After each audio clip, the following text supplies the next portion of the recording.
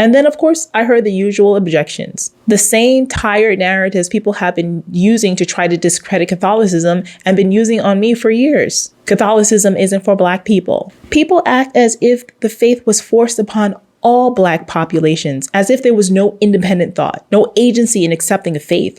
And that's simply false. The historical record proves this. People want to claim North Africans and Egyptians aren't Black, so Black people can't ever be considered Catholic. Okay, fair enough. But what about the Nubians? Let's look at the Nubian Christian kingdoms. Africans who converted to Christianity, the Nubian kingdoms were Christian. These were powerful, thriving civilizations in East Africa that embraced Christianity voluntarily, incorporating it into their governance, their art, their identity. This is going back to about the 4th and 5th century. Christianity wasn't imposed on them. It became the foundation of their civilization. And for nearly 1,000 years, they resisted Islamic conquest, standing firm in their faith. But when Islam took over and defeated them, they erased out all of that history. Let's go ahead and head to West Africa and look at the Kingdom of Congo, which also embraced Catholicism on its own accord. Their leaders, their kings adopted the faith. Their people followed, and Catholicism became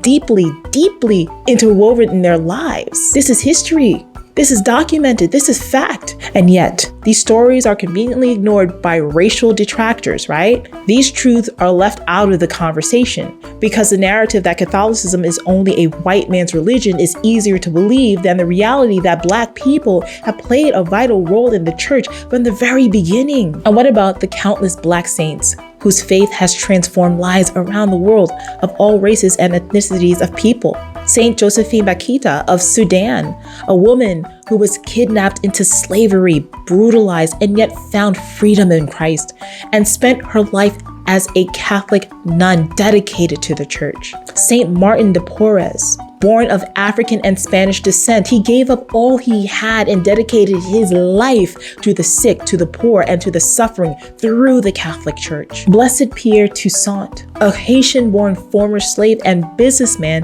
who became a pillar of charity and in faith in New York City. Venerable Henriette de Lille, a free Black woman in Louisiana who founded an order of Black religious sisters dedicated to the education and care of the poor. Saint Moses the Black, a 4th century dark-skinned Ethiopian African desert monk, once a feared bandit who turned from his violent past and became a humble, holy priest. And let's not forget Venerable Augustus Tolton, the first recognized Black Catholic priest in the United States, born into slavery in Missouri. He and his family escaped to freedom during the Civil War, facing immense racism. He was denied entry to every American seminary and had to go to Rome for his priestly formation. But when he returned to the US, he served a growing Black Catholic community in Chicago, enduring discrimination even within the church. But he remained faithful, refusing to be broken by racism, and became a powerful teacher, pastor, and advocate for Black Catholics. And there's so many more. What's the bar now? What's the litmus test? Are they not Black enough for you? Not Black enough to be a part of the living and ever-growing 2,000-year history of the church? These are not hidden figures. They are real. They are tangible examples of Black Catholic faith. They are the proof that Black people have not only been a part of the church, but have thrived in it, led it, became saints in it. So don't you tell me Catholicism is not for Black people. It's for everyone. And it has been since the very beginning. Then, of course, there are those who attack the church by bringing up slavery as if the Catholic Church invented it, as if the church alone is to blame for one of the oldest evils in human history. Let's be clear. Slavery has existed in every civilization. The Egyptians had slaves. The Greeks had slaves. The Romans had slaves.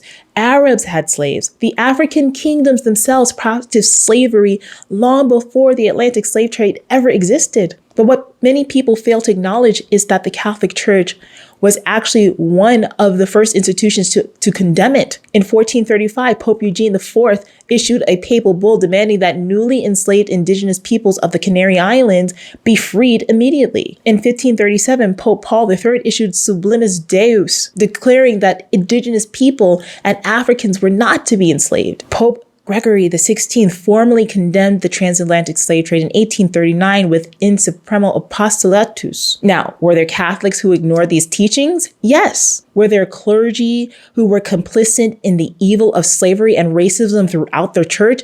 Absolutely yes. Because the church is made up of sinners. But the official teaching of the Catholic Church has always upheld the dignity of the human person. And let's talk about hypocrisy here. People will tell me that I should feel guilt over the history of the Catholic Church, but they don't feel guilt about living in America. They don't feel guilt about benefiting from a country built on slavery. They don't renounce their citizenship. They don't reject modern comforts that exist because of colonialism and oppression. And yet, I'm the one who should feel guilty. You're the one who should feel guilty.